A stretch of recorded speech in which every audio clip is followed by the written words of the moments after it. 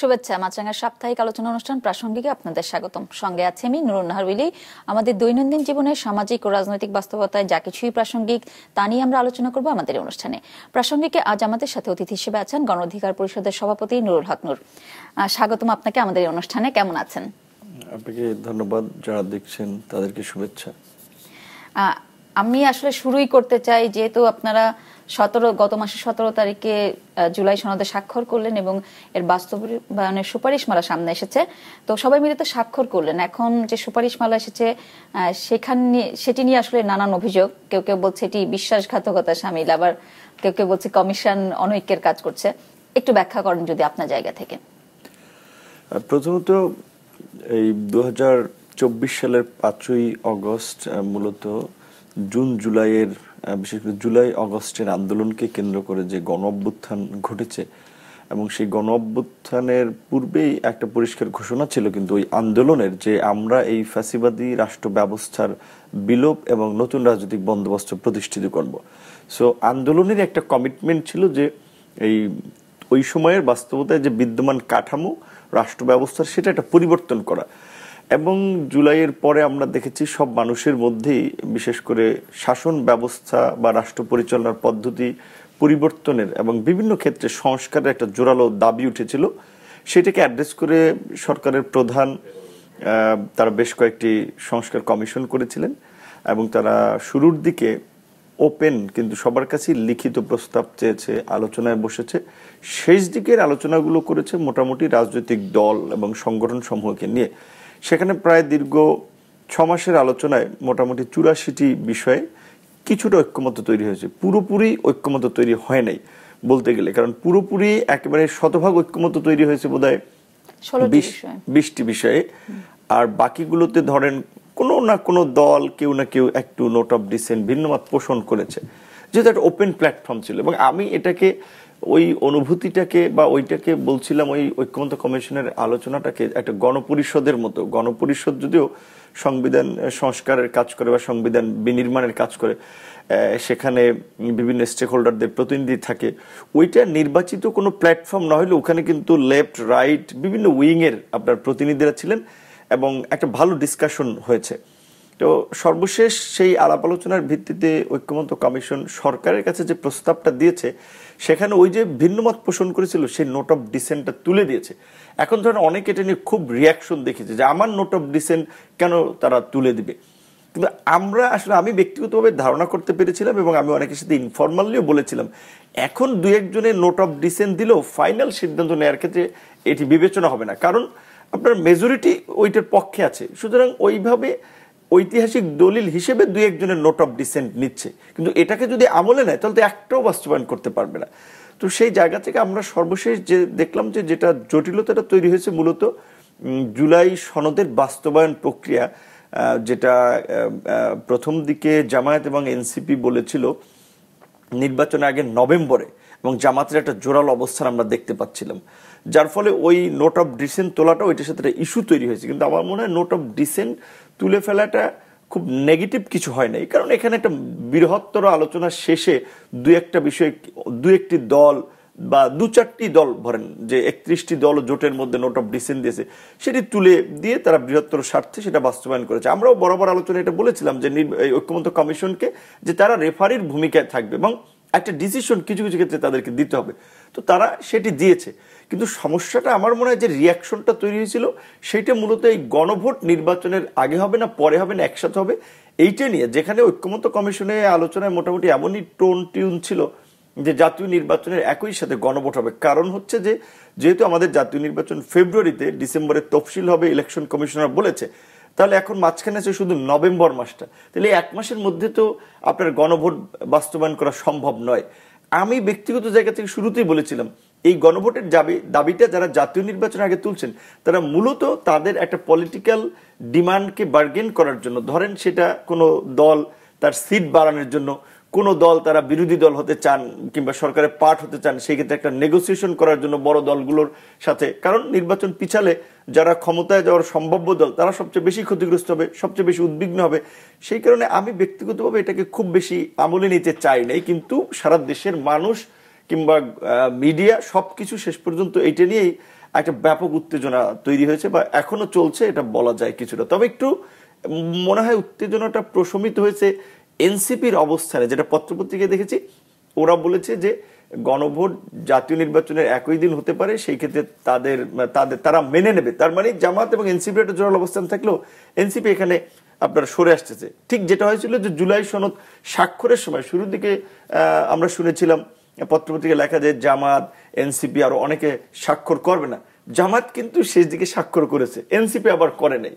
মনে হচ্ছে যে একটু কথার বাহাস বাকবিতণ্ডতা আছে, বাট শেষ পর্যন্ত ওই জাতীয় নির্বাচনের সাথে গণভোট না আপনাদের অবস্থান কি?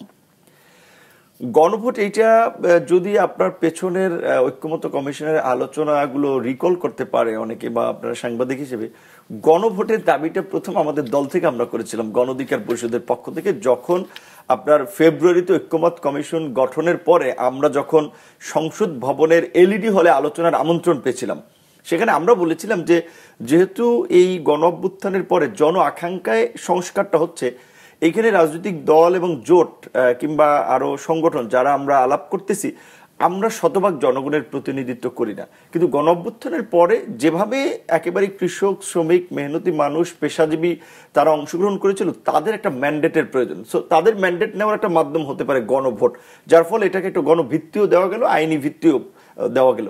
সেই জায়গা থেকে আমরা তখন এটা দাবি করেছিলাম। তখন শুরুর দিকে এটা খুব বেশি আলোচনায় আসে নাই, কিন্তু শেষ পর্যন্ত সব রাজনৈতিক দল, ইভেন বিএনপিও একটা পর্যায়ে গণভোটের পক্ষে ছিল না, কিন্তু শেষ পর্যন্ত সকলের চাপে কিংবা আলাপ আলোচনার ফলে গণভোটে সবাই একমত হয়েছে। সুতরাং সেখানে আমাদের তো দ্বিমত করার প্রশ্নই ওঠে না। আপনারা কি একই সাথে নির্বাচনের দিনই গণভোটের পক্ষে?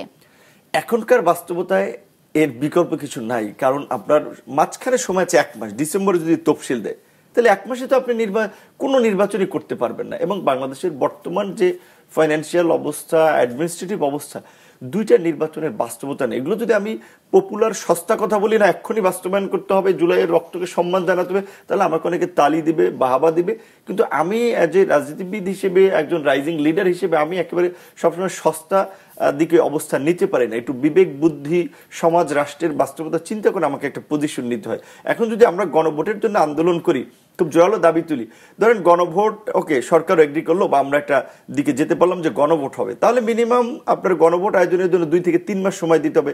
তাহলে জাতীয় নির্বাচনটা 2 থেকে 3 মাস পেছাবে।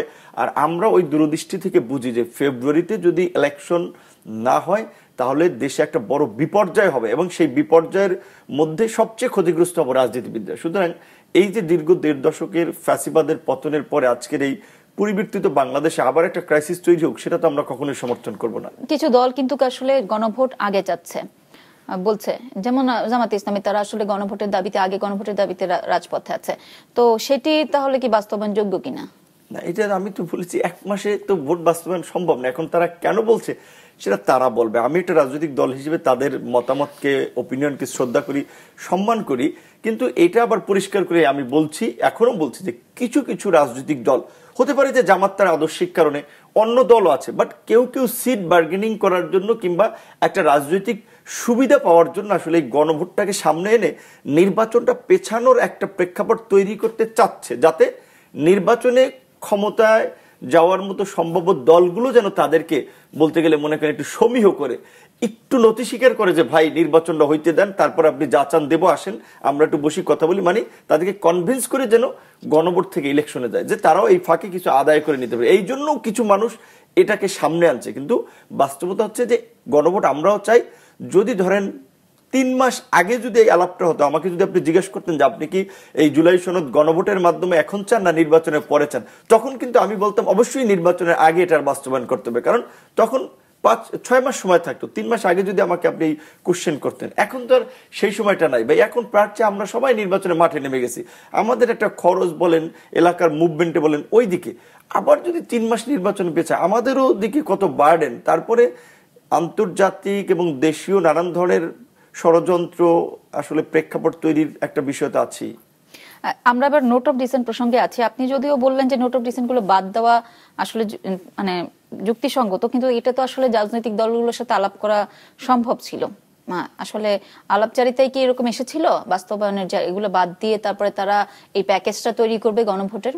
এইখানে হচ্ছে আমি এই ঐক্যমত্য কমিশনের প্রক্রিয়াকে আমি কিছুটা ত্রুটিপূর্ণ মনে করি এবং সঠিক মনে করি না, যে তারা আসলে ওই প্রক্রিয়ায় না গিয়ে অন্যভাবে বিষয়টাকে সমাধান করতে পারতেন। যেমন ধরেন, এখন জুলাই সনদ বাস্তবায়নের কথা যদি বলেন, অনেকে যদি এটা নিয়ে প্রশ্ন তোলে, তাহলে এটা লিগাল এবং নৈতিক অনেক ভিত্তি আছে।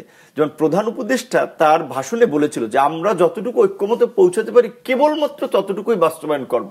এবং তারাও কিন্তু বারবার বলেছে আমরা কোনো কিছু চাপিয়ে দেব না। রাইট, এই আলোচনা সমস্ত টেলিভিশন পত্রপত্রিকা যাচ্ছে, এবার বলছিল মানুষ দেখবে, জাতি দেখবে। তো এখন আসলে ওই রাজনৈতিক সিদ্ধান্ত গ্রহণের ক্ষেত্রে আমাদের দেশের রাজনৈতিক দলগুলোর মধ্যে যে ডিভিশন, সেটা আদর্শিক হোক কিংবা চিন্তার পার্থক্য হোক কিংবা সুবিধার কারণে অনেক ধরনের ডিভিশন আছে, সেইখানে কখনোই আপনার শতভাগ আপনার ঐক্যমত আসা খুবই ডিফিকাল্ট বিভিন্ন বিষয়ে। তো আমাদের বয়ানটা ছিল যে সবসময় ন্যূনতম ঐক্যমতের ভিত্তিতে, অর্থাৎ ন্যূনতম মৌলিক যে আমরা ঐক্যমতের বা আলোচনাটার জায়গায় পৌঁছাতে পারি। এখন আমি যেটা বলেছি, ধরেন বেশিরভাগ রাজনৈতিক দল, সিভিল সোসাইটির মানুষ, বড় একটা অংশ আলোচনা করেছে যে আমাদের দেশে দ্বিকক্ষ বিশিষ্ট যদি পার্লামেন্ট হয়, উচ্চ কক্ষে জাতীয় নির্বাচনে অংশগ্রহণকারী দলসমূহের প্রাপ্ত ভোটের অনুপাতে প্রতিনিধিত্ব নিশ্চিত করা হবে, মানে পিআর বা প্রপোর্শনাল রিপ্রেজেন্টেটিভ। নিম্ন কক্ষে না, কিন্তু উচ্চ কক্ষে, এবং উচ্চ কক্ষে 100 আসন হবে। বিএনপি 2016 সালে বেগম খালেদা জিয়া তখন জেলের বাইরে ছিলেন, পরিপূর্ণ সুস্থ ছিলেন, তারও একটা ঘোষণা ছিল যে তারা দ্বিকক্ষ বিশিষ্ট সংসদ করবেন। তাহলে দ্বিকক্ষ বিশিষ্ট সংসদ, রাইট, এটা বিএনপির সাথে মিলে যাচ্ছে। কিন্তু বিএনপির ঘোষণা এবং আরো কিছু দলের পজিশনটা ছিল বা চিন্তাটা ছিল এরকম যে এইখানে কিছু পেশাজীবী, বিভিন্ন পেশায় যারা অভিজ্ঞ, তাদেরকে এখানে জায়গা দেওয়া হতে পারে। ওইটা যদি করা হয়, ধরেন আপনি কাকে নেবেন? বিশ্ববিদ্যালয়ের ভাইস চ্যান্সেলর, একজন জাতীয় অধ্যাপক। তাহলে আমরা যে পেশাজীবীদেরকে যে দলীয় রাজনীতি থেকে বের করতে চাই, বা তাদের একটা মনে করি যে স্বাধীন একটা মনোভাব থাকা দরকার, বা পেশাজীবী সংগঠনগুলো অন্তত রাজনৈতিক দলের একেবারে দলান্ধ ভূমিকা থাকা উচিত না। ওই যদি আপনি পেশাজীবী বিভিন্ন বিশেষজ্ঞদেরকে ওখানে পদায়ন করতে চান, তাহলে ওইটা তারা দলকানা একটা আপনার জায়গা তৈরি করবেন। সেই জন্য আমরা বলেছিলাম যে ভোটের অনুপাতে হলে অন্তত সরকারি দল, বিরোধী দলের বাইরে আরো 2-4টা দলের প্রতিনিধিত্ব সংসদে থাকবে, একটা ভয়েস থাকবে, একটা ভাইব্রেন্ট পার্লামেন্ট হবে। এটা তো অনেকে একমত পোষণ করেছিল। কিন্তু এখানে বিএনপি নোট অফ ডিসেন্ট দিয়েছিল, এবং বিএনপির শরিকদের আরো 2-4টি দলও নোট অফ ডিসেন্ট দিয়েছে। আমরা যে জুলাইয়ের আন্দোলনেও যে এই ফ্যাসিবাদী শাসন ব্যবস্থার বিলোপের কথা এবং নতুন রাজনৈতিক বন্দোবস্তের কথা বললাম, রাষ্ট্রের একটা মৌলিক পরিবর্তন হচ্ছে এইটা, যে আমরা কাঠামোগত পরিবর্তন করতেছি। তো এইটা যদি আমরা না করতে পারি, তাহলে তো আমাদের আন্দোলনের অঙ্গীকারও বৃথা। সো এইটাতে যদি কমিশন মনে করে সবার আলাপ আলোচনা শেষে না আমরা এটার পক্ষে মত দিলাম স্পিকারের জায়গা থেকে, রেফারির জায়গা থেকে, তা আমি দ্যাট ভ্যালিড। 6 মাস ডিসকাশনের পরে তারা সিদ্ধান্ত দিয়েছে নোট অফ ডিসেন্ট নিয়ে। সেখানে আমি মনে করি না যে নোট অফ ডিসেন্টের আলোকে এখন ওইটা বাদ দিতে হবে, তাহলে কিছুই করতে পারবে না। কিন্তু না, আপনি দাঁড়ালে নোট অফ ডিসেন্ট বাদ দিয়ে যে প্যাকেজটা গণভোটের জন্য তৈরি করার কথা বলেছে কমিশন, এটার পক্ষে আছে? অবশ্যই আমি এটার পক্ষে। যেমন ধরেন আরো এখন নাম বলতে গেলে অনেকের সাথে সম্পর্কের অবনতি হবে, আবার খুব বিব্রতকর একটা পরিস্থিতি। যেমন আমরা বলছি যে দুর্নীতি দমন কমিশনকে শক্তিশালী করতে হবে। দুর্নীতি দমন কমিশন বাংলাদেশের বিগত দিনের প্র্যাকটিসগুলোতে আমরা দেখেছি পাওয়ার পার্টি তার অপোজিশনকে ঘায়েল করার জন্য দুর্নীতি দমন কমিশনকে একটা ওয়েপন হিসেবে ব্যবহার করে, বিরোধী দলকে হ্যারাস করার জন্য। অমুকের ট্যাক্স ফাইল ধরে টান দেন, অমুককে হয়রানি করেন। তো আমরা বলছিলাম দুর্নীতি দমন কমিশনটা স্বাধীন হবে, তার নিয়োগ প্রক্রিয়া সেখানে সরকারি দল, বিরোধী দলের অংশগ্রহণ থাকবে। এবং আমরা এই তরুণরা যে আন্দোলনের মধ্যে দিয়ে একটা রেজিমের পতন ঘটালো, সরকারি চাকরিতে কোটার সংস্কার, যেটা আমরা চাকরি বা কর্মসংস্থানের দাবি বলি।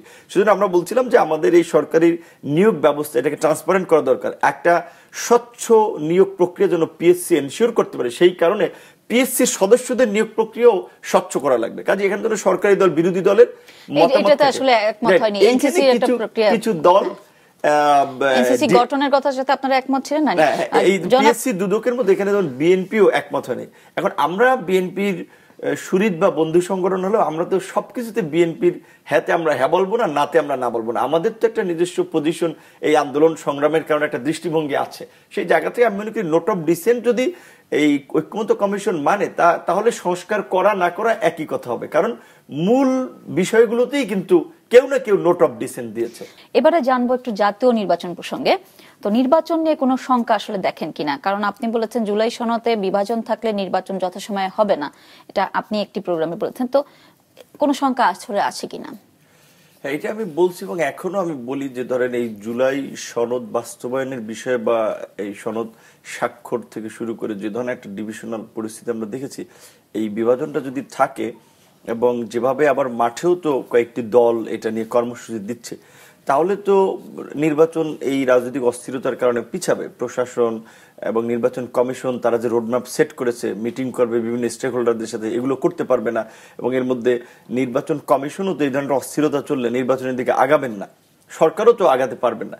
সেই জায়গা থেকে আমাদের একটা স্থিতিশীল পরিস্থিতি দরকার। তার জন্য আমরা বারবার বলেছিলাম যে জুলাই সনদ যে প্রক্রিয়ায় বাস্তবায়ন করা হোক না কেন, সেটা জাতীয় ঐক্যের ভিত্তিতে করতে হবে। এখন এইখানে যদি ঐক্যমত তৈরি না করা যায় এই বিভাজনটুকু কমিয়ে, তাহলে তো একটা শঙ্কা আছে। তাছাড়া নির্বাচন বিশেষ করে ব্যবস্থার জন্য যে পদক্ষেপগুলো সরকারের নেওয়া দরকার, আইন শৃঙ্খলা বাহিনীকে ঢেলে সাজানো এবং অন্যান্য কিছু কাজ, সেইখানে আসলে আমরা সরকারের খুব জোরালো পদক্ষেপ দেখতে পাচ্ছি না। প্লাস হচ্ছে এই গণঅভ্যুত্থান পরবর্তী বাস্তবতায় আমরা যতই বলি না কেন, আইন শৃঙ্খলা বাহিনী বিশেষ করে তৃণমূল পর্যন্ত যারা কাজ করে, পুলিশের কিন্তু মরালিটি একেবারেই মানে ব্রেক ডাউন হয়েছে একটা বিভিন্ন কারণে। তারপরে গণঅভ্যুত্থানের পরে গত 1-1.5 বছর আইন শৃঙ্খলা বাহিনী অনেক জায়গায় কিন্তু একটা প্রতিরোধের মুখোমুখি হয়েছে। সেই সমস্ত বাস্তবতায় আগামীতে একটা সুষ্ঠু নির্বাচন করতে হলে পলিটিক্যাল কমিটমেন্ট এবং পলিটিক্যাল পার্টিগুলোর নিজেদের মধ্যে একটা সমঝোতা প্রয়োজন। কিন্তু এখন আমরা দেখতে পাচ্ছি নির্বাচনটা শুরু হয় না, বিভিন্ন এলাকায় মানে একই দল না, যে এক দলের মধ্যে প্রতিযোগিতা, ভিন্ন দল, তার মধ্যেও যেভাবে বাধা বিঘ্ন হামলা মামলার ঘটনা ঘটছে, এই অবস্থা চলতে থাকলে নির্বাচন বাধাগ্রস্ত হতে পারে এবং যথাসময়ে হবে না। আর যথাসময়ে নির্বাচন না হলে যে পরিস্থিতিটা তৈরি হবে, তার জন্য কিন্তু সবাইকেই খেসারত দিতে হবে। ধরেন এখন জামাত গণভোট নিয়ে আন্দোলন করছে, সবচেয়ে বেকায়দায় পড়বে জামাত, কারণ গত 54 বছরে জামাত এই রকমের ওপেন সুযোগ পায় নাই বা নিজেকে বিকশিত করার বা রাজনীতি করার, এবং এখন বলতে গেলে বিএনপির পরে সেকেন্ড পার্টি হিসেবে তারা মূল্যায়ন পাচ্ছে। বাট এতদিন তো বিএনপির একটা জোট বা বিএনপির সাথে থাকা একটা ছোট পার্টি হিসেবে মূল্যায়িত হয়েছে। কাজে তাহলে নির্বাচন যদি বাধাগ্রস্ত হয়, তাহলে কিন্তু জামাতের বড় ড্যামেজ হবে। তারপরে এনসিপির তরুণরা যারা এই সরকারের পার্ট, সরকারে যারাই থাকে তাদের বিরুদ্ধে নানান ধরনের অভিযোগ আছে, এদের বিরুদ্ধে আছে, সত্য মিথ্যা সেগুলো অনেক বাস্তবতা আছে, কিন্তু অনেক পাওয়ার মিসইউজ করা, করাপশন, স্বজনপ্রীতি, নিয়োগ, বাণিজ্য টাণিজ্য, এগুলোর অভিযোগ আছে। তাহলে আইসা কিন্তু ঝামেলা পড়বে তারা যদি একটা অস্বাভাবিক পরিস্থিতি তৈরি হয়। সেই বাস্তবতায় আমার মনে হয় যে সকলকে নির্বাচনের দিকে হাঁটা উচিত এবং নির্বাচনটা কিভাবে দ্রুত সময়ের মধ্যে হয়, বিশেষ করে আমরা বলছি যে নির্বাচন যারা বাধাগ্রস্ত চায় বা বাধা যেন না হয়, সেজন্য আমরা বলেছি যে নির্বাচনটা মূলত আটকে ছিল বা ডিলে হয়েছিল জুলাই সনদ এবং ঘোষণাপত্রের কারণে।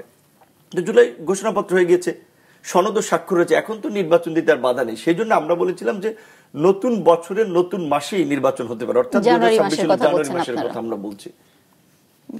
এই আপনি তো যেহেতু সরকারের প্রসঙ্গ আনলেন, একটু জানতে চাই যে বর্তমান সরকারের সাথে তো কিছু দলের দূরত্ব তৈরি না হলে অন্য অনেকগুলো দল আসলে নাখোশ, তো আপনারা তাদের নিরপেক্ষতা নিয়ে আপনাদের কাছে কোনো প্রশ্ন আছে কিনা? কারণ আপনারা বলেছেন সরকারে থাকা ছাত্র উপদেষ্টাদের পদত্যাগও দাবি করেছেন, তো বিষয়টি একটু জানতে চাই। আমি অনেক দল, বিশেষ করে আমাদের চেয়ে ধরেন বিএনপিকে তো নাম্বার ওয়ান পার্টি হিসেবে সরকারও কাউন্ট করছে, বিএনপি কিন্তু ছাত্র উপদেষ্টাদের পদত্যাগ চেয়েছে এবং ওপেন বক্তব্যে বিএনপির শীর্ষ নেতারাও বলেছেন যে কয়েকজন উপদেষ্টা একটি দলের পক্ষে কাজ করছেন। আবার ইন্টারেস্টিং বিষয় হচ্ছে জামায়াতও, যাদেরকে সরকার সেকেন্ড পার্টি হিসেবে মূল্যায়ন করছে, সেই জামায়াতও কিন্তু মিটিং করে প্রধান উপদেষ্টার কাছে বলেছে কিছু কিছু দল একটি দলকে কিছু কিছু উপদেষ্টা একটি দলকে ক্ষমতায় আনার জন্য কাজ করছে। উপদেষ্টাদের পদত্যাগ আপনারা কেন দাবি করছেন? তো সরকারের নিরপেক্ষতা বজায় রাখার জন্যই তো? না, অবশ্যই। এখন আমরা মনে করি যে আগামীতে বিশেষ করে বাংলাদেশের গত 1.5 দশকের ক্রাইসিসটা ছিল কিন্তু একটা সুষ্ঠু নির্বাচন না হওয়ায় এবং জনগণকে রাষ্ট্র পরিচালনার বাইরে রাখায়। তো এইবারও যদি একটা বিতর্কিত নির্বাচন হয়, যেখানে নির্বাচনের সময় একটা সাংঘর্ষিক পরিস্থিতি, সাধারণ মানুষ ভোট দিতে গেলেন না, তাদের মতামতটা গ্রহণ করা হলো না, একটা নির্বাচন হয়ে গেল, সেই ধরনের যদি একটা মানে জোড়াতালি নির্বাচন হয়, তাহলে তো মানুষের মধ্যে ওই পুঞ্জীবিত ক্ষোভ আবার জন্ম নেবে এবং সেই বিতর্কিত নির্বাচনের মধ্যে দিয়ে গঠিত সরকারও দেশ বিদেশে গ্রহণযোগ্যতা পাবে না। তখন দেশ কিন্তু আরেকটা সংকটে পড়বে। যেই কারণে আমরা বলছি যে নির্বাচনের আগে এই উপদেষ্টা পরিষদের পুনর্গঠন প্রয়োজন এবং উপদেষ্টাদের মধ্যে যারা বিভিন্ন দলের প্রতি বায়াস তাদেরকে উপদেষ্টা পরিষদ থেকে সরিয়ে নিরপেক্ষ, দক্ষ এবং যাদের বিরুদ্ধে অভিযোগ নেই সেই ধরনের কিছু ব্যক্তিকে যুক্ত করা দরকার। আমরা বলিনি যে পুরো উপদেষ্টা পরিষদ রিজাইন করুক, আমরা বলছি যে চিফ অ্যাডভাইজার এই পদে থেকে উপদেষ্টা পরিষদটাকে পুনর্গঠন করুক, যাদের বিরুদ্ধে অভিযোগ তাদেরকে সরিয়ে দেখ। আপনারা জাতীয় পার্টিকে বলেছেন জাতীয় পার্টি সহ 14 দলকে ভোটের বাইরে রাখতে, তো এখানে আসলে আপনি তাদের নিষিদ্ধের দাবিতে আন্দোলনও করেছেন, আমরা দেখলাম আক্রান্তও হলেন, এবং তাদেরকে আসলে ভোটের বাইরে রাখার কথা আপনারা কেন বলছেন? বা তাদের উপরে মানে নৈতিক কারণে আপনাদের তার উপর কোনো রাগ আছে, নাকি আসলে নির্বাচনে তারা না আসলে কোনো সুবিধা পাবেন? দেখেন, প্রথম কথা হচ্ছে এটা ওপেন সিক্রেট যে আগামীতে যদি নির্বাচন হয় আমাদের দল গণ অধিকার পরিষদ এবং গণ অধিকার পরিষদের প্রার্থীরা ট্রাক মার্কায় সারা দেশে ভোট পেয়ে সরকার গঠন করবে, এটা আমি মনে করি না। কাজী তাহলে এবং প্রকৃত অর্থে যে সরকারের পরে প্রধান বিরোধী দল হওয়াটাও এই মুহূর্তে আমার সম্ভাবনাটা, আমার দলের সম্ভাবনাটা কম। তো তাহলে সরকারি দলও না, প্রধান বিরোধী দলও না। সুতরাং সেক্ষেত্রে জাতীয় পার্টি যদি নির্বাচনে অংশগ্রহণ করে সেক্ষেত্রে আমার কিন্তু খুব বেশি কনসার্ন নাই। ওই ভোটের পলিটিক্সের কথা যদি চিন্তা করেন, আমার কনসার্নটা আছে ওখানে যে যেই ফ্যাসিবাদের বিরুদ্ধে আমরা লড়াই করলাম, যেই কর্তৃত্ববাদী স্বৈরাচারী সরকারকে আমরা আন্দোলনের মাধ্যমে হটালাম এবং যেই সরকারকে হটাতে গিয়ে প্রায় 2000 একেবারেই কৃষক, শ্রমিক, সাধারণ মানুষ জীবন দিয়েছে, অসংখ্য নারী, শিশু, বৃদ্ধ, তরুণ জীবন দিয়েছে, পঙ্গুত্ব বরণ করেছে, সেই ফ্যাসিবাদের প্রধান পৃষ্ঠপোষক এবং সহযোগী ছিল জাতীয় পার্টি। যেখানে সেই ফ্যাসিস্টবাদের অভিযোগের কারণে তাদেরকে বিচারের মুখোমুখি করাচ্ছে, দল হিসেবে আওয়ামী লীগকে বিচারের মুখোমুখি করাচ্ছে, সেইখানে জাতীয় পার্টি কিভাবে আসলে রাজনীতিতে এখনো ফাংশন করে বা এক্সিস্ট করে। আমরা নির্বাচন কমিশন থেকে শুরু করে সরকারকে বারবার বলেছিলাম যে জাতীয় পার্টি সহ এই আওয়ামী লীগের এই ফ্যাসিবাদের সাথে যারা জড়িত ছিল তাদেরকে যেন নিষিদ্ধ করে। আপনার মনে হয় যে জাতীয় পার্টির কার্যক্রম সরকার নিষিদ্ধ করবে? কারণ অন্য দল বিএনপি বা অন্য অ্যালায়েন্স গুলো তো আসলে তারা কোনো মানে রাজনৈতিক দলের কার্যক্রম নিষিদ্ধ করার পক্ষে না, এবং তারা বিষয়টি জনগণের উপরেই ছেড়ে দিতে চায়। এখন এটা হচ্ছে একটা ধরেন টেকনিক্যাল ওয়ার্ড যে জনগণের উপরে ছেড়ে দেওয়া। রাজনৈতিক দল হচ্ছে সংগঠিত জনগণের প্রতিনিধিত্ব করে, সুতরাং তারাও তো জনগণের একটা অংশের মতকে প্রতিফলন করে। গণ অভ্যুত্থানের মধ্যে দিয়ে আমরা বলছি যে ফ্যাসিবাদকে জনগণ প্রত্যাখ্যান করেছে, তাকে লাল কার্ড দেখিয়েছে, বৃদ্ধাঙ্গুলি দেখিয়েছে। একটা এই ধরনের শেখ হাসিনার মতো প্রভাবশালী প্রধানমন্ত্রী শেষ পর্যন্ত জীবন বাঁচাতে হেলিকপ্টারে করে পালিয়ে গেলেন। তো এর মধ্যে দিয়েই তো আসলে প্রমাণিত হয়েছে যে জনগণ কিভাবে তাদেরকে প্রত্যাখ্যান করেছে। সুতরাং এরপরে আর আসলে জনসম্মতির বা জনমতের প্রয়োজন হয় না। কিন্তু তারপরে আমরা আন্দোলন করেছিলাম, সরকার সেই প্রেক্ষাপটে আওয়ামী লীগের বিষয়ে সিদ্ধান্ত নিয়েছেন। সেই সময় জাতীয় পার্টির বিষয়ে সিদ্ধান্ত নেওয়ার কথা কিন্তু নেন নাই, কারণ হচ্ছে সরকারটা আসলে ওই ধরনের শক্তিশালী না। তারা নানান কারণে ভয় পায় যে কে কি বলে, আর্মি কি বলে, বিদেশিরা কি বলে, বিভিন্ন তারা চাপ ছিল। সেই বাস্তবতা জাতীয় পার্টির বিরুদ্ধে তারা তখন সিদ্ধান্ত নিতে পারে নাই। কিন্তু আমরা যতটুকু শুনেছি নির্বাচনের আগে জাতীয় পার্টির বিষয়ে সরকারের পক্ষ থেকে একটা সিদ্ধান্ত নেওয়া হবে। তবে কিছু বিদেশিরা, বিশেষ করে বাংলাদেশের গত 1.5 দশকের যে ফ্যাসিবাদী রেজিম, সেটা শুধুমাত্র বাংলাদেশের অভ্যন্তরীণ সমর্থন নিয়েই থাকে নাই। ভারতের মতো উদীয়মান সুপার পাওয়ার, তাদের সমর্থন ছিল, বিদেশি শক্তির কিছু সমর্থন ছিল। তো তারা এখন চাচ্ছে যে জাতীয় পার্টিকে নির্বাচনের মাঠে রেখে জাতীয় পার্টির মাধ্যমে আওয়ামী লীগকে কামব্যাক করাতে। কাজেই যারা ধরেন এই গণ অভ্যুত্থানের নায়ক কিংবা যারা লড়াই করেছে, তারা যদি এই জাতীয় পার্টি আওয়ামী লীগের উত্থান ঠেকাতে না পারে তাহলে তো তাদের ফাঁসি হবে ভবিষ্যতে। সেই ফাঁসির রশিতে বিএনপির অনেক নেতাকে ঝুলতে হতে পারে, যেমনিভাবে যুদ্ধাপরাধীদের মামলায় জামাতের পাশাপাশি বিএনপির নেতারা ঝুলেছে। কাজেই এখানে যারা ওই একটা ট্রিকি পজিশন নিচ্ছেন যে নির্বাচনে যদি ধরেন জামাত না যায় বা এনসিপি না যায়, সেই কারণে জাতীয় পার্টিকে নির্বাচনে রাখার পক্ষে, প্রকৃত অর্থে ভাই নির্বাচনে না গেলে কিংবা নির্বাচন না হলে জামাত এনসিপি সবচেয়ে বেশি ক্ষতিগ্রস্ত হবে। সুতরাং তারা অটোমেটিক্যালি নির্বাচনে যাবে। কিন্তু জাতীয় পার্টির বিষয়ে যদি আমরা সিদ্ধান্ত না নিতে পারি তাহলে ভবিষ্যতে অনেকে বিপ্লবীদেরকে ফাঁসির দড়িতে ঝোলা লাগতে পারে রাষ্ট্রদ্রোহিতার অভিযোগে। ভবিষ্যৎ সিকিউর করার জন্য আপনারা চাচ্ছেন জাতীয় পার্টির মতো? অবশ্যই যারা এই গণ অভ্যুত্থানের নেতৃত্ব দিয়েছে, গণ অভ্যুত্থান ঘটিয়েছে, বিপ্লব ঘটিয়েছে, তাদের তো একটা সুরক্ষার কথা ভাবতেই হবে, যেটা আমরা জুলাই সনদে অন্তর্ভুক্ত করেছি যে এইখানে এই ক্ষতিগ্রস্ত, আহত, নিহত পরিবারগুলোর সহযোগিতা এবং এটা একটা রাষ্ট্রীয় স্বীকৃতি। এটার পক্ষে তো জনমত আছে। এটার জন্য আপনার অন্য রাজনৈতিক দল নিষিদ্ধ করে সুরক্ষা কেন নিশ্চিত করতে হবে? এখন এরা তো ফ্যাসিবাদের খুঁটি ছিল, ফ্যাসিবাদ উৎপাদন করার কারখানা ছিল। কাজে এই কারখানা যদি আপনি সিলগালা না করেন তাহলে তো এইখান থেকে ওই ফ্যাসিবাদের প্রোডাকশন হতে থাকবে। এবং একটু জানতে চাই, তখন আসলে আপনার উপর একটা হামলার ঘটনা ঘটেছিল যখন আপনি জাতীয় পার্টি অফিসে জাতীয় পার্টি নিষিদ্ধের জন্য আন্দোলন করছিলেন। তো তারপরে তো মারাত্মকভাবে আহত হলেন এবং বিদেশ পর্যন্ত যেতে হলো। পুরো ঘটনাটা আসলে কি ছিল? রাইট। 29শে অগস্ট আমাদের কেন্দ্রীয় কার্যালয়ের সামনে মূলত আমরা একটা মিছিল করে আমরা বিশ্রাম নিচ্ছিলাম, বলা চলে বাইরের খোলা বাতাসে, আপনার ওই কার্যালয়ের সামনের সিঁড়িতে বসে। আর আমাদের কিছু লোক তখন পিছনে ছিল, আমরা মিছিল শেষ করে সামনের লোকরা এসে বসেছি আর ওরা পিছন থেকে আসতেছিল। তখন ওইখানে আইন শৃঙ্খলা বাহিনীর সাথে কিছুটা বাকবিতণ্ডতা হয় এবং আমাদের ওইখানে থাকা নেতৃবৃন্দ জাতীয় পার্টির কার্যালয়ে ঢোকার যে পকেট রাস্তা বলে আর কি, ওইখানে আইন শৃঙ্খলা বাহিনীর সাথে একটু বাকবিতণ্ডতা হয়। আমাদের কিছু নেতাকর্মী, ওখানে 10-15 জন ছিল, তারা জিএম কাদেরকে গ্রেপ্তার করার দাবি জানায় এবং আর্মি পুলিশ মিলে যে জাতীয় পার্টির অফিস প্রোটেকশন দিচ্ছে এইটার বিরুদ্ধে কথা বলে যে পুলিশ কেন ফ্যাসিবাদের দোষরদেরকে বা আর্মি কেন প্রোটেক্ট করবে। তখন কোন একটা প্রেক্ষাপটে কি হয়েছে আমরা জানি, কিন্তু আমরা দেখলাম যে রাস্তা থেকে পুলিশ এবং আর্মি অ্যাটাক করতে করতে এসেছিল। পরবর্তীতে আমরা যেটা জানতে পারছি, এখানে পুলিশের কোনো ইনস্ট্রাকশন ছিল না এবং আর্মির উচ্চ পর্যায়ের কোনো ইনভলভমেন্ট ছিল না। এই মিড লেভেলের অফিসার, কমান্ডিং অফিসার, তারা এই ঘটনাটা ঘটিয়েছে। কারণ হচ্ছে যে আপনারা দেখেছেন যে গুম খুনের অপরাধে, মানবতা বিরোধী অপরাধে অভিযুক্ত আর্মির উচ্চ পদস্থ কয়েকজন কর্মকর্তার বিচারেও আর্মির মধ্যে একটা অংশ তারা অনীহা দেখিয়েছিল। এমনকি যখন প্রধান উপদেষ্টা আয়নাগর ভিজিটে গিয়েছিলেন বিদেশি সাংবাদিকদের সহ, মানবাধিকার কর্মীদের সহ, সেখানেও প্রধান উপদেষ্টা তো বলেছিল সরকার পক্ষ থেকে যে তাকেও যেতে প্রতিবন্ধকতা তৈরি করেছিল। কারণ এই যে যারা গত 16 বছরে আসলে এই ফাঁসিবাদ কায়েম করেছে বা তাদেরকে সার্ভ করেছে, তারা তো এই দোষে দুষ্ট, যার কারণে তারা বিচারের বাইরে থাকতে এই রকমের একটা ফন্দি ফিকির নিয়েছিল এবং তারাই মূলত এই জাতীয় পার্টিকে জিয়ে রাখতে চায় বা নির্বাচনে রাখতে চায়। কিন্তু ওই হামলার পরে যখন দেখেছে যে এইটার বিরুদ্ধে একটা রাজনৈতিক ঐক্য তৈরি হয়েছে এটার বিষয়ে, এবং এই যে মানবতা বিরোধী অপরাধের জন্য শেষ পর্যন্ত আর্মির 15 জেনারেলকে কারাগারে যেতে হয়েছে, এখন আসলে এই অংশটা কিছুটা ডাউন হয়েছে। নূর, আপনার কাছ থেকে আসলে আমরা নির্বাচন প্রসঙ্গে নানা বিষয় জানছিলাম। তো জানুয়ারিতে নির্বাচনের কথা আপনি বলছেন, এটি আসলে সম্ভব কিনা? একই সাথে জানতে চাইবো যে আপনাদের বর্তমান নির্বাচনের প্রস্তুতি কেমন এবং কত আসনে আপনারা আসলে প্রস্তুতি নিচ্ছেন?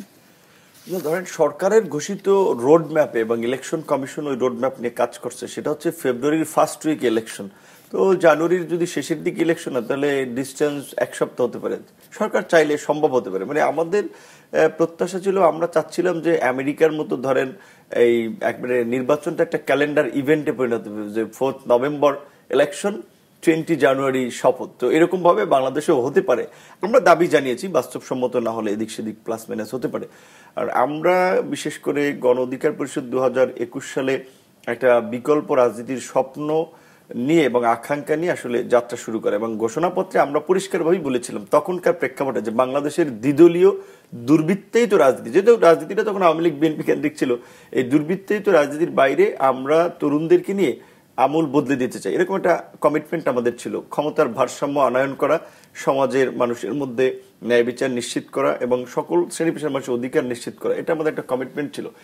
সেই জায়গা থেকে আমরা এখন কাজ করছি যে মূলত আমাদের এই নির্বাচন উপলক্ষে আসলে আমাদের সংগঠনকে একটা গুছানোর সময় প্রার্থী দিয়ে বিভিন্ন জায়গায়, তো আমরা ইতিমধ্যে প্রায় 200 প্রার্থীর মতো তাদেরকে আমরা অভ্যন্তরীণভাবে কিছু আনুষ্ঠানিকভাবে সিগন্যাল দিয়েছিলাম এবং বাকি 100 আসনেও প্রার্থী দেওয়ার কাজটা চলছে এবং একই সাথে আবার কিছু দলের সাথে জোটের বিষয়েও আলাপ আলোচনা চলছে। যেমন বিএনপির সাথে তো আমরা 2022 সাল থেকে আসলে এক দফার শেখ হাসিনার পতন, সরকার ও শাসন ব্যবস্থার পরিবর্তনের এক দফা দাবিতে যুগপৎ আন্দোলন করেছিলাম। আবার এখন জামাত একটা রাজনীতিতে ভালো সুযোগ বা উত্থান হওয়ায় তারাও চাচ্ছে একটা জোট গঠন করতে, তারাও আমাদের সাথে আলাপ আলোচনা চালিয়েছে। আবার বিএনপি জামাতের বাইরে একটা থার্ড ফোর্স অ্যালায়েন্স করা, সেটি নিয়ে আলাপ আলোচনা হচ্ছে, কিন্তু তফসিলটা দিলে হয়তো এটা চূড়ান্ত হবে। এর আগে বিএনপির সাথে যেটা আলোচনার প্রসঙ্গ আনলেন, বিএনপির সাথে আসলে সিট নিয়ে দর কষাকষি চলছে কিনা, আর বিএনপি আপনাদের আসলে আপনাকে বা অন্য দলকে কয়টা আসন ছাড়বে এমন বলেছে? বিএনপি অন্যদের ক্ষেত্রে কত আসন ছাড়বে সেটা আমরা জানি না, তবে আমরা যেহেতু বিএনপি সহ একসাথে যুগপৎ আন্দোলন করেছিলাম এবং বিএনপির একেবারেই সেই 2022 থেকে এখনো কন্টিনিউয়াসলি বলে যাচ্ছে যে তারা আগামীতে একটা জাতীয় সরকার গঠন করতে চায় এবং আমরাও মনে করি যে আগামীতে শুধু নির্বাচনটা হয়ে গেলেই আপনার দেশের চ্যালেঞ্জটা দূর হয়ে যাবে না, নির্বাচনের পর একটা স্থিতিশীল সরকার এবং একটা স্থিতিশীল রাজনীতি পরিবেশ দরকার হবে। সেই জায়গা থেকে বিএনপি তার মিত্র সংগঠন যাদেরকে ভাবে তাদের কাছে সিটের তালিকা চেয়েছে, আমাদের কাছেও একটা তালিকা দেওয়ার জন্য বলেছে। তবে আমরা এখন পর্যন্ত কোনো তালিকা জমা দেইনি। আমরা তাদের কাছেও জানতে চেয়েছি যে তারা আমাদেরকে আসন ছাড় দিলে কত কিরকম আসনে ছাড় দিতে পারে। কারণ ধরেন আমাদের এইখানে প্রার্থী কিংবা তাদের জনপ্রিয়তা অবস্থান এলাকায় যতটুকু থাকুক বা না থাকুক, তারা একটা প্রতিকূল সময়ে আন্দোলন সংগ্রামের মধ্যে দিয়ে রাজনীতিতে আসায় তাদের একটু ডিফারেন্ট চিন্তা ভাবনা আছে। সো সেই ক্ষেত্রে আমরা যদি কারোর সাথে জোটও করি, সেক্ষেত্রে যে সমস্ত জায়গায় আমাদের একটা ভালো অবস্থান আছে বা আমাদের যদি একটা সম্মানজনক সমঝোতা না হয়, তাহলে তো ধরেন ওই অন্যান্য দলের মধ্যে যেটা আমরা অতীতে দেখেছি 2-3 সিটে কোনো দল জোট করা, সেটা আমরা করব না। এনসিপির সাথে তো আপনাদের মাঝখানে একটা মার্জ হয়ে যাওয়ার একটা গুঞ্জন ছিল এবং তাদের সাথে আপনাদের অনেক পুরনো সম্পর্ক, তো তাদের কার্যক্রম যদি মূল্যায়ন করেন কিভাবে করবেন, বা তাদের সাথে সামনের দিনে জোট হচ্ছে কিনা? এনসিপি আমার একেবারেই সরাসরি রাজনৈতিক অনেক সহকর্মী আছে, সিনিয়র কেউ নাই, যারা ম্যাক্সিমামই আমার জুনিয়র ছিলেন এবং কেউ আমাদের ছাত্র সংগঠন যুব সংগঠনে কাজ করেছেন। সো তাদের ভালো দেখলে আমার ভালো লাগবে। তারা যদি ভালো কিছু করতে পারতো আমি খুব খুশি হতাম এবং তাদের সেই সুযোগটা ছিল। কারণ এই পার্টিটা অনেকেই বলে ডক্টর ইউনূসের পার্টি এবং এটা গভর্নমেন্টের এত ফ্যাসিলিটিস পেয়েছে। এই পার্টির 3 জন অ্যাডভাইজার ছিল, একজন পদত্যাগ করে পার্টি করেছে, এখনো স্টিল 2 জন আছে এবং 2 জন 2টা গুরুত্বপূর্ণ মিনিস্ট্রি নিয়ে আসছে। একটা যারা ন্যারেটিভ প্রচার যন্ত্র তৈরি করে গণমাধ্যম বা মিডিয়া, দ্বিতীয় হচ্ছে এলজিআরডি, গভর্নমেন্টের সবচেয়ে আপনার বেশি বরাদ্দ তৃণমূল পর্যন্ত উন্নয়নের অবকাঠামোগত বরাদ্দ দেয় এই লোকাল গভর্নমেন্ট। সেই লোকাল গভর্নমেন্টের মিনিস্ট্রি দিয়েছে, শ্রম মন্ত্রণালয়ের মতো মন্ত্রণালয় দিয়েছে যেখানে শ্রমজীবী মানুষ সম্পৃক্ত, যুব মন্ত্রণালয়ের মতো মন্ত্রণালয় দিয়েছে।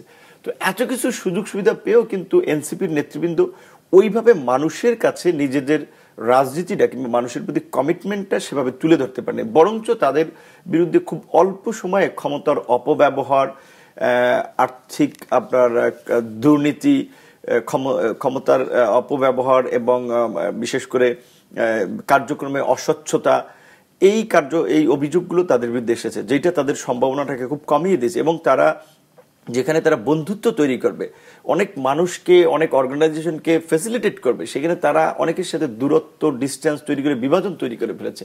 সেই জায়গা থেকে এখনকার পর্যবেক্ষণ হচ্ছে যে without the help of BNP or Jamaat in coming election তারা একটা আসনে জিততে পারবে না। আপনার একটা ফেসবুক পোস্ট থেকে জানতে চাইবো, আপনি এরকম বলেছিলেন যে জুলাইয়ের চেতনার নামে ধান্দাবাজি দেশকে আরেকটি সংকটের মুখে ফেলছে। এই বিষয়টি যদি ব্যাখ্যা করেন, যেহেতু আমি আসলে কিছু কথা বলি অল্প কথায়, অনেকে এটা ডেপথ না বুঝে নানা ধরনের মন্তব্য করার, সোশ্যাল মিডিয়া এখন একটা ওপেন প্ল্যাটফর্ম হওয়ায় যে যা ইচ্ছে তাই বলতে পারে। আমাদের তো একটা স্ট্রাগল ছিল, এটা তো আপনি জানেন, যারা দেখছে তারাও জানে। আমরা অত্যন্ত ক্রুশিয়াল সময়, যে সময় বলা চলে I was the only vocal এই তরুণদের মধ্যে, আমার সাথে কিছু আমাদের সহকর্মীরা ছিল, কিন্তু আমার ভোকালটাই সে সময় ম্যাটার ছিল 2018 থেকে 24 জুলাইয়ের আগ পর্যন্ত। এই কথা বলতে গিয়ে আমরা লাঞ্ছিত হয়েছি, নিগৃহীত হয়েছি, হাত পা ভেঙেছি, রক্ত জড়িয়েছে, আমার অসংখ্য সহকর্মী গ্রেপ্তার হয়েছে, কিন্তু আমরা হাল ছাড়ি নাই। এবং আমাদের বিরুদ্ধে বিন্দু মাত্র আপনার ওই অনৈতিক কর্মকাণ্ডে জড়িত ঘুষ, দুর্নীতি, ধান্দাবাজি সমস্ত কথা কেউ আনতে পারেনি। এত বড় একটা অভ্যুত্থান হয়ে গেল এবং সেই অভ্যুত্থানের মধ্যে দিয়ে আমাদের মতোই তরুণরা একেবারে প্রত্যন্ত অঞ্চলের মানুষ থেকে শুরু করে শহরের মানুষের কাছে হিরো বনে গেল। সুতরাং তাদের তো এই হিরোইক গ্ল্যামারটা ধরে রাখা উচিত ছিল। তাদের গ্ল্যামারটা ছিল তাদের একটা প্রতিবাদী তেজ, তাদের প্রতি মানুষের আস্থা, বিশ্বাস এবং তাদের নিয়ে মানুষের স্বপ্ন। সেখানে দেখলাম যে তারা আপনার সচিবালয় ডিসি নিয়োগ দেওয়া নিয়ে দেন দরবার করতেছেন, তারা আওয়ামী লীগের ব্যবসায়ীদেরকে পার করে দেওয়া নিয়ে পুলিশের সাথে কিংবা অমুকের সাথে নেগোসিয়েশন করতেছেন, তারা বিভিন্ন কোম্পানিকে টেন্ডার ব্যবসা বাণিজ্য দেওয়া নিয়ে আপনার নেগোসিয়েশন করতেছেন, তারা আপনার জেলা পর্যায়ে ওই আপনার যেটা গ্রামের মেম্বার চেয়ারম্যানরা করে চাল ডাল সরকারি সুযোগ সুবিধা এগুলো ভাগ বাটোয়ারাতে যুক্ত হয়ে গেলেন। এবং ছাত্র যাদের প্রতি মানুষের সবসময় ইতিবাচক ধারণা থাকে, সেটা তাদের এমন একটা পরিস্থিতি তৈরি হয়ে গেছে যে তারা একটা বিশাল মুইকে হনুরে হয়ে গেছে, কাউকে পাত্তা দিতে চায় না, সম্মান করে না, রেসপেক্ট করে না। এই কারণে আমি বলেছিলাম যে জুলাইকে কেন্দ্র করেই তো তাদের এই ইমেজটা তৈরি হয়েছে বা তাদের এই সুযোগ সুবিধাটা তৈরি হয়েছে। সমন্বয়কদের একটা দেখেছেন কি ধরনের পরিস্থিতি ছিল। সো এই যে জুলাইয়ের চেতনায় তারা এই কাজগুলো করে মানুষের প্রতি, মানুষের মধ্যে একটা বিদ্বেষ বা মানুষের স্বপ্নকে ভেঙে চুরমার করে দিয়েছে, যার ফলে মানুষ এখন আর তরুণ প্রজন্মকে নিয়ে কার্যত ওইভাবে স্বপ্নটা দেখবে না। তো এই জন্য তখন বলছিলাম এই ধান্দাবাজি করে আসলে জুলাইয়ের চেতনাটাকে বিতর্কিত করেছে। কারণ এখন কিন্তু মানুষ মনে করে যে না, এই এত বড় আন্দোলনের মধ্যে কি হয়েছে, এই কিছু সুবিধাবাদী মানুষ তৈরি হয়েছে। আওয়ামী লীগের কার্যক্রম তো আসলে নিষিদ্ধ, তো তারপরও তাদের ফিরে আসা বা পুনর্বাসন নিয়ে অনেক কথা হয় রাজনৈতিক অঙ্গনে। তো সম্প্রতি দলটির সভানেত্রী শেখ হাসিনার বেশ কিছু আন্তর্জাতিক গণমাধ্যমে দেওয়া সাক্ষাৎকার আবারও আলোচনা তৈরি করেছে। আপনার এই বিষয়ে কোনো মত আছে কিনা? প্রথম হচ্ছে যে দেখেন যে আপনার আমাদের দেশের রাজনৈতিক প্রেক্ষাপটে যে আসলে যারা মাঠ ছেড়ে একবার উঠে যায় তাদের আর মাঠে ফেরার সম্ভাবনা থাকে না। তো আওয়ামী লীগের মতো একটা বড় দল, এটা ঠিক যে বাংলাদেশের মুক্তিযুদ্ধ কিংবা ঐতিহাসিক সমস্ত আন্দোলন সংগ্রাম এবং অর্জনের পেছনে আওয়ামী লীগের নাম আসবে যদি আপনি আলোচনা করতে যান। সেরকম একটি দল গত ১.৫ দশকে মানুষের মন থেকে এইভাবে উঠে গিয়েছে এবং এইভাবে গণপ্রতিরোধের মুখে সেই দলের প্রধান পালিয়ে যাবে, এটা আসলে কল্পনাও করা যায় না। তো তিনি যদি এত সাহসী হতেন, তিনি জনগণের সামনে ক্ষমা চেয়ে ফেস করতেন পরিস্থিতি। তিনি কিন্তু ওইভাবে সাহসী না, তিনি সেই সততা দেখাতে পারেন নাই।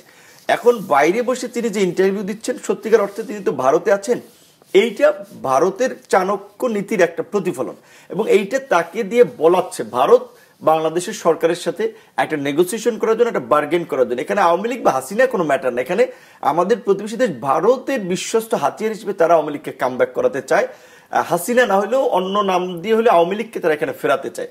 সো এখন সেই ক্ষেত্রে ইতিমধ্যে যেভাবে জনগণ, আমি একটা বিষয় লক্ষ্য করেছি যে নিজেদের মধ্যে কিছু বিষয় মতানৈক্য থাকলেও আওয়ামী লীগের প্রশ্নে সবাই এক, যে তাদেরকে রাজনীতিতে আর স্পেস দিবে না। সেই জায়গা থেকে আমার মনে হয় না যে আওয়ামী লীগ আর ফিরবে। কিন্তু একটা জিনিস খারাপ লাগে যে কারণ আমার পরিবার দেখেছে, আমার ওয়াইফ, আমার বাচ্চা কাচ্চা, আমার হোল ফ্যামিলি যেভাবে ভিকটিম হয়েছে, যে পুলিশ যখন ধরেন আমার দরজা ভেঙে আমার ঘরের মধ্যে ঢুকে গেছে, আমার বেডরুম থেকে যখন আমাকে টেনে তুলে, তখন কিন্তু আমার পাশে আমার বাচ্চারা লাইক ওই যে পাখির বাসায় ঝড়ের সময় যেমন মানে হচ্ছে মা বা বাচ্চাগুলোকে আগলে রাখে, ঠিক আমার বাচ্চা কিন্তু কাচুমাচু করে ভয়ের চোটে ওইভাবে হয়েছিল। আমার পাশে 2 বার পুলিশ দরজা ভেঙে ঢুকেছিল এবং বিনা অপরাধে জেল খাটলাম। আমার বড় বাচ্চা প্রথম দিন হয়েছে 5-7 দিন খাবার খায় নাই। এই যে বাচ্চাদের একটা মানে বাবা মায়ের প্রতি একটা ফিলিং, তো এই যে আওয়ামী লীগের কিছু লোকেরা আবেগ থেকে ধরেন এখন মিছিল করছে, কিংবা বাইরে থেকে কোনো নেতা ফোন করে কিছু টাকা পাঠাইছে যে ভাই একটু পোলাপান নিয়ে মিছিল করো আর ওই 1 মিনিটের ভিডিও বানায়, তো তারা এটা করার জন্য রাস্তায় নামে। অনেক ক্ষেত্রে পুলিশও দৌড়ে নিতে ধরতে পারলে তো কারাগারে নিয়ে যাচ্ছে। তারপর আবার অনেক জায়গায় দেখলাম কয়েক জায়গায় জনগণ একটা গণধোলাই দিয়েছে। তো এই মানুষগুলোর জন্য আমার খারাপ লাগে, যারা নিজের ভালো মন্দ বিচার বিশ্লেষণ না করে অন্যের প্ররোচনায় রাস্তায় নামতেছে, মাইর খেতেছে, জেলে যাইতেছে। এদের কোনো ভবিষ্যৎ নাই তো এই জেল খাটার। কারণ একটা গণতান্ত্রিক রাজনৈতিক দল হলে তার একটা আশা থাকতো যে না 10 বছর পরে হলেও তারা ক্ষমতায় যেতে পারবে। যেই দলটা নিষিদ্ধ, যদিও ডক্টর ইউনূস আমেরিকাতে মেহেদী হাসানের সাথে ইন্টারভিউতে জিও টিভিতে বলেছিল যে আওয়ামী লীগের তারা একেবারে নিষিদ্ধ করে নেই, ওইটা একটা কথার কথা বলতে পারেন বা ভদ্র মানুষের উত্তর। আওয়ামী লীগ যে প্রক্রিয়া নিষিদ্ধ হোক ওইটা আর ওপেন হবে না, ওই খাতা একেবারে চিরতরে বন্ধ, এইটুকু আমরা বলতে পারি। আপনারা নির্বাচন কমিশনের উদ্দেশ্যে বলেছিলেন যে মেরুদণ্ড সোজা করে সিদ্ধান্ত নেই, এই নির্বাচন কমিশনের উপর আস্থা আছে কতখানি আপনাদের? আসলে এখন অনেকের প্রতি আস্থা একটু ঘাটতি আছে, কিন্তু তারপর আস্থা রাখতে চাই ওই বিবেচনায় যে বলা চলে যে এরা like minded people. Like minded বলতে ওই সেন্সে যে এরাও এই গণঅভ্যুত্থানের স্পিরিটের লোক, পরিবর্তনের পরে একটা দায়িত্ব পেয়েছে। কাজেই এদের যদি পূর্বের রেজিমের সাথে সংশ্লিষ্টতা থাকতো কিংবা তাদের যদি ক্যারিয়ারে ওই ধরনের দালালি কিংবা নৈতিক স্খলনের কোনো ঘটনা থাকতো তাহলে তাদেরকে দায়িত্ব দেওয়া হতো না। সেই জায়গা থেকে আমরা মনে করি যে এদের দ্বারা ভালো কিছু করাতে আমাদেরকে হবে। তো এখন হচ্ছে কি, যেটা আমরা মনে করেছি, যেমন এনসিপির নির্বাচনের প্রতীক দেওয়া নিয়ে দেখেছেন যে একটা পরিস্থিতি তৈরি হয়েছে। তো এনসিপি হয়তো এটা মার্কেটিং এর জন্য আপনার এইটাকে বিতর্কটা টেলিভিশন টকশো পত্র দিয়ে জমজমাট করে রেখেছে, তারা শাপলা চায় নির্বাচন কমিশন দিবে না। এখন তো কলি তো নির্বাচন কমিশন শেষ পর্যন্ত কি করেছে, তাদের গেজেটে নাই, শাপলার কলি হিসেবে সেটাকে গেজেট তারা কিন্তু সেটাও মেনে নেয়নি এনসিপি কে দেওয়ার জন্য।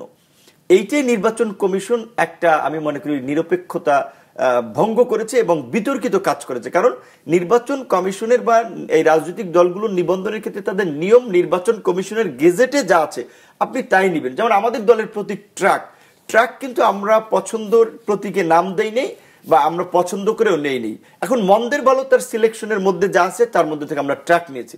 তাহলে নির্বাচন কমিশন নির্বাচনের আগে যদি একটা দলের চাপেই যদি তার পছন্দের প্রতীক গেজেটভুক্ত করে তাদেরকে দেয়, নির্বাচনের দিন তার কানের পেছনে বন্দুক ধরে যদি বলে বেটা আমারে বিজয়ী না করলে গুলি করব, তো সে তো তাই করবে। তো সেই জায়গাতে আমরা বলেছিলাম যে আপনারা আগে নির্বাচন কমিশনের পরিস্থিতি দেখেন, কি পরিণতি তাদের হয়েছিল, বাংলাদেশের ইতিহাসে প্রধান বিচারপতির কি পরিণতি হয়েছে, বাইতুল মোকাররমের ইমামের কি পরিণতি হয়েছে। কাজী আপনি একটু মেরুদণ্ড সোজা করেন, আপনাদের সাথে আমরা সবাই আছি, আপনাদেরকে সহায়তা করতে চাই, আপনারা কারো কাছে নতি স্বীকার করেন না। এখন জানি না আসলে ওনারা শেষ পর্যন্ত বয়স্ক মানুষ কতটুকু মেরুদণ্ড সোজা করে দাঁড়িয়ে নির্বাচনটা করতে পারবেন, কিছুটা হলেও সন্দেহ আছে। তো বিএনপি প্রসঙ্গে ছিলাম, বিএনপি তো বলছে জোটের জন্য মিত্রদের জন্য সিট ছেড়ে দিবে, কিন্তু আসলে বিভিন্ন জায়গায় দেখা যাচ্ছে যে বিএনপির কর্মীরা তারা কিন্তু এই সিদ্ধান্তের সাথে হয়তো কিছু কিছু জায়গায় একমত হতে পারছে না। সেজন্য দেখলাম আজকে যেমন ভোলাতে একটা ঘটনা ঘটেছে, বিএনপির সাথে বিজেপির কর্মীদের সংঘর্ষ, জোনায়েদ সাকির এলাকাতেও আমরা দেখছি, বা অন্যান্য বিভিন্ন এলাকাতেও আসলে দেখা যাচ্ছে, বগুড়া বা আপনার নির্বাচনী এলাকাও দেখা যাচ্ছে। এটি আসলে সমাধান করা সম্ভব হবে কিনা? এখন বিএনপি আসলে যেরকম একটা দল, তাতে বিএনপির বিশেষ করে শীর্ষ পর্যায় থেকে যদি শক্ত নির্দেশনা দেয় তাহলে সবাই সেটা মানতে বাধ্য। আর বিএনপির ভারপ্রাপ্ত চেয়ারম্যান জনাব তারেক রহমানের সাথে আমাদের অনেকগুলো আলাপ আলোচনা হয়েছে, এবং আসলে আমার যেটা মনে হয়েছে উনি এই দীর্ঘ সময় দেশের বাইরে থেকে এবং অত্যন্ত একটা প্রতিকূল পরিস্থিতি থেকে অনেক বাস্তবতা যেভাবে উপলব্ধি করতে পারছেন, এইটা অনেকে উপলব্ধি করতে পারেন না। যেটা আমি শুনেছিলাম লাস্ট তাদের মনোনয়নের মিটিংয়ে, যেটা হলো ওনার কথা শুনে অনেকে কেঁদে দিয়েছেন, এবং উনি ওনার মায়ের এক্সাম্পল টেনে বলেছেন যে আমার মা তো আপনাদেরকে ছেড়ে আসে নাই। এইটা কেন বলেছেন? এই নেতাকর্মীদেরকে থামানোর জন্য, যে মনোনয়ন নিয়ে ভাই আপনারা যুদ্ধ করেন না, দলকে ক্ষমতা আসতে দেন। কাজেই এখন আমরা যাকে যেখানে মনোনয়ন দেই তাকে সহযোগিতা করেন। এবং যেটা শুনলাম ওই দিন মিটিং এর পর থেকে সবাই কিছুটা চোখ মুছতে মুছতে ওখান থেকে বের হয়েছে। তো তাতে মনে হচ্ছে যে তারেক রহমানের যদি একটা শক্ত দিক নির্দেশনা থাকে, যেসব প্রার্থী বা যে এলাকাগুলোতে ঝামেলা হচ্ছে সবাই কিছুটা বলা চলে সোজা লাইনে চলে আসবে। এখন সাম্প্রতিক সময় যে ঘটনা আমরা দেখলাম যে জোনায়েদ সাকিব ভাই ব্রাহ্মণবাড়িয়া নির্বাচন করতে চান, ওখানে আপনার তার বিরুদ্ধে জুতা ঝাড়ু মিছিল হয়েছে, তার ছবিতে আস্তিক নাস্তিক লিখে পার্থভাইয়ের এলাকায়, এর আগে মান্না ভাইয়ের এলাকায় হয়েছিল, রব ভাইয়ের এলাকায় সমস্যা হয়েছিল, তার ওয়াইফের সময় পণ্ড করে দিয়েছিল, আমার এলাকায় আমাকে এক প্রকারে অবরুদ্ধ করেছিল। তো দেখেন এখানে বিএনপির তৃণমূলের নেতাকর্মীরা যদি এই সেন্সটা না থাকে তাদের, যে আমরা সবচেয়ে বিএনপির ট্রাস্টেড মিত্র এখন পর্যন্ত, কারণ ওই হাসিনার আন্দোলন থেকে ধরেন আমরা যদি চাইতাম যে হাসিনার সময় আমরা অপোজিশন হব, তাহলে তো হাসিনা আমাদেরকে কি বলবেন ফুলের মালা দিয়ে বরণ করে নিত, কারণ সে সবসময় চেয়েছিল বিএনপিকে এক্সক্লুড করতে। আমরা চেয়েছিলাম যে বিএনপির মতো একটা ন্যাশনালিস্ট ফোর্স থাকুক, যার কারণে আমরা বিএনপি সহ মিলে আন্দোলন করে এই এক দফার আন্দোলন করলাম। বিএনপির নেতাকর্মীরা অনেকে 28 অক্টোবর কি হয়েছে আপনারা জানেন, 28 অক্টোবরের পরে যে হরতাল অবরোধ হয়েছে, এই পল্টন এলাকায় গুটি কয়েক মানুষ নিয়ে পল্টন, রামপুরা, যাত্রাবাড়িতে আমরা প্রোগ্রাম করেছি। সেই সময় জোনায়েদ সাকিব টক শোতে কথা বলেছে, আন্দালিব রহমান পার্থ কিংবা মান্না ভাই আমরা কথা বলেছি। এইটা বিএনপির জন্য একটা বড় আশীর্বাদ ছিল। তো এটা উপলব্ধি যদি বিএনপির তৃণমূলের নেতাকর্মীরা না করতে পারে, তারা যদি আমাদের মতো শীর্ষ নেতৃবৃন্দের এলাকায় ঝামেলা করে, তাহলে তো দেশের মানুষ এটা কি মেসেজ পাবে যে তাদের মিত্রদের, তাদের বন্ধুপ্রতিম সংগঠনকেই ছাড় দিচ্ছে না। এবং এখন ইলেকশন আসেও নাই, ইলেকশনের আগেই যদি এটা হয়, ইলেকশনের সময় সারা দেশে কি হবে, তখন কিন্তু অন্যদেরও ইলেকশন সুষ্ঠু হবে কিনা এগুলো নিয়ে একটা অনাস্থা তৈরি হবে, তখন কিন্তু ক্ষতিগ্রস্ত বিএনপি হবে। কাজে বিএনপি তৃণমূলকে এটা উপলব্ধি করা দরকার। এবং আমার মনে হচ্ছে যেটা, এটা যদি বিএনপির হাইকমান্ড থেকে একটা শক্ত দিক নির্দেশনা দেওয়া হয়, সব ঠান্ডা হয়ে যাবে। যদিও তারা ইতিমধ্যে আমাদেরকে বলেছে নির্বাচনের সময় তারা একটু ঘনিয়ে আসলে যখন একজন প্রার্থীকে ফিক্স করে দেবে তখন তার ওখানে কেউ প্রার্থী থাকবে না। এখন অনেক জায়গায় একাধিক প্রার্থী, তাই নিজের পেশি শক্তি, জনসমর্থন দেখাতে কেউ কেউ এই ধরনের ঘটনাগুলো ঘটাচ্ছে। তবে এটাকেও আমি সমর্থন করি এবং আমি মনে করি এখন কেন ঘটবে, একটা দল আপনার নিয়ন্ত্রণে থাকতে হবে শীর্ষ নেতাদের। সেই ক্ষেত্রে এখনো বিএনপির অন্তত এই ঘটনাগুলো, সেটা আমার সাথে ঘটুক কিংবা আপনার সাথেও যদি ঘটে, আপনি একজন সাধারণ প্রার্থী, সেই বিষয়ে আমি মনে করি যে বিএনপির এটা খুব গুরুত্ব দিয়ে ব্যবস্থা নেওয়া প্রয়োজন। আপনি তো রাজনীতির কারণে অনেকবার আক্রান্ত হয়েছেন ছাত্র জীবন থেকে, এখন পর্যন্ত কতবার আসলে আক্রান্তের শিকার হলেন বা মার খেয়েছেন? এবং এটার বিপরীতে এবং এটার সাথে একটা প্রশ্ন করতে চাই যে পুলিশ প্রশাসনে তো পরিবর্তন অনেকে আশা করছিল, তো পরিবর্তনটা কি আনা সম্ভব হলো কিনা, আর এই পুলিশ প্রশাসন দিয়ে একটা ভালো নির্বাচন দেওয়া সম্ভব কিনা? আমি এই পর্যন্ত মানে হচ্ছে উল্লেখযোগ্যভাবে প্রায় 28 বার বিভিন্ন ধরনের হামলার শিকার হয়েছি, এবং দুঃখজনক হচ্ছে যে আমরা শেখ হাসিনার রেজিমকে ফেসিবাদ বলি, সেই ফেসিবাদের সময় 27 বার ইভেন এই গভর্নমেন্ট, যেটা আমরা সবাই বলি আমাদের গভর্নমেন্ট, সেই সময় কিন্তু একবার যে হামলার শিকার হয়েছি সেটা আবার শেখ হাসিনার আমলেও হয়নি। একেবারে নাক ভেঙে যাওয়া আর অন্যান্য ছেলেদের যে ধরনের ইনজোর্ড হয়েছে এই ধরনের পরিস্থিতির শিকার হয়নি।